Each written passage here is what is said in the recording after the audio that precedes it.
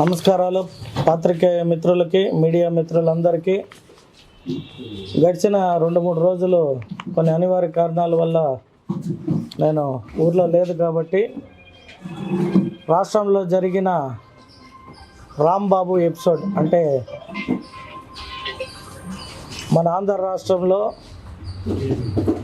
నారా చంద్రబాబు నాయుడు గారి పరిపాలన పైన యావత్ భారతదేశం కూడా ప్రశ్నలతో అంటే మంచి అభివృద్ధి చేస్తున్నాడని కొనియాడే సమయంలో వైఎస్ఆర్ పార్టీ మాజీ మంత్రి, నీటిపారుదల శాఖ మంత్రివర్యులుగా పనిచేసిన అంబటి రాంబాబు గారు వారు మాట్లాడుతూ చంద్రబాబు నాయుడు గారు ముఖ్యమంత్రి స్థాయి అని కాదు, కానీ నేను చెప్పడము ఆయన వయసు కన్నా ఒక రెస్పెక్ట్ ఉండాలి, ఒక మంచి పేరు తెచ్చుకున్న నాయకుడిగా ఆయనని ఏది పడితే అది ఎంతకంటే అంతకి మాట్లాడడం యావత్ ఆంధ్ర రాష్ట్ర ప్రజలు చూశారు.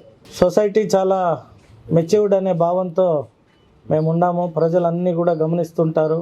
గతంలో వైఎస్ జగన్మోహన్ రెడ్డి గారి భార్య అయిన భారతి రెడ్డి గారిని సోషల్ మీడియాలో కిరణ్ అనే వ్యక్తి ఆవిడ పైన ఏదో సోషల్ మీడియాలో 2 మాటలు మాట్లాడిన తక్షణం మా ముఖ్యమంత్రి కావచ్చు, మా ప్రభుత్వం కావచ్చు అతన్ని అరెస్ట్ చేసి, ఎవరైనా కావచ్చు స్త్రీల పట్ల అసభ్యంగా మాట్లాడినా, అసభ్యంగా పోస్టులు పెట్టినా దాన్ని సహించేది లేదు అన్నట్టుగా మా ముఖ్యమంత్రి గారు సొంత కార్యకర్తనైనా అరెస్ట్ చేయండి అని చెప్పిన మహనీయుడు.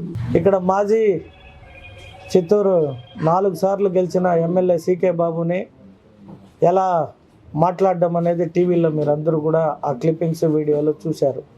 నా కోసం పనిచేయడానికి వచ్చిన ఐటీ విద్యార్థుల పైన కూడా కొన్ని జాగాలో కేసులు పెట్టారు, కొన్ని జాగాలో నా సొంత మనుషుల్ని కూడా అటాక్ చేశారు. కానీ మేము ప్రభుత్వంకి వచ్చిన తర్వాత, ఎమ్మెల్యే అయిన తర్వాత కూడా ఏ రోజు వారిపైన నేను కక్ష కానీ, వారిపైన కేసులు కానీ, ఎటువంటి గొడవలకి ఎవరిని ప్రోత్సహించలే. సాక్షాత్తు మా భువనమ్మని ఎన్నో మాటలు మాట్లాడారు. మా చంద్రబాబు నాయుడు గారు ఎక్కడ కూడా రియాక్ట్ అవ్వమని కానీ రియాక్ట్ అవ్వరు.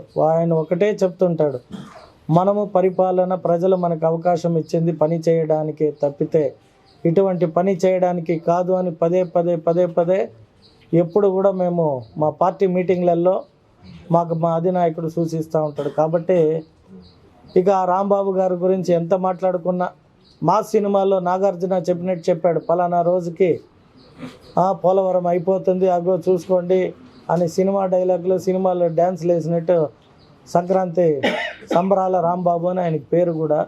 కాబట్టి ఎక్కువగా అటువంటి వ్యక్తి గురించి మాట్లాడడం కూడా నాకు ఇష్టం లేదు. చిత్తూరులో ఎక్కడ ఫ్యాక్షనిజం ఉండేది కాదు. గడిచిన ఎన్ని సంవత్సరాలు ముందు వెనకపోయి చూసిన 47-48 సంవత్సరాల రాజకీయ అనుభవం కాబట్టి మా పార్టీని చాలా క్రమశిక్షణతో తీసుకుపోయే వ్యక్తిగా మా ముఖ్యమంత్రి గారిని యావత్ ఆంధ్ర రాష్ట్రమే కాదు భారతదేశం, ప్రపంచం కూడా చంద్రబాబు నాయుడు గారు అంటే ఏమి అనేది తెలుసు. సంబరాల రాంబాబు అలియాస్ అంబటి రాంబాబు గారిని మేము కోరుకునేది ఏమంటే, మీ ఇంట్లో కూడా ఆడవారు ఉన్నారు, వారు రియాక్ట్ అయ్యారు వచ్చి ఈ సందర్భంలో. మీరు మాట్లాడిన మాటలకి పాపం ఇంట్లో ఆడవాళ్ళ పైన జరిగిన ఈ సన్నివేశాలన్నీ కూడా మాకు బాధాకరమే. అయితే మీరు కంట్రోల్ ఎప్పుడు తప్పై బిహేవ్ చేస్తారో, ప్రజలు అవుట్ ఆఫ్ ఆర్డర్ పోయినప్పుడు ప్రభుత్వం కానీ మేము కానీ నాయకులు ఏమీ చేయలేము.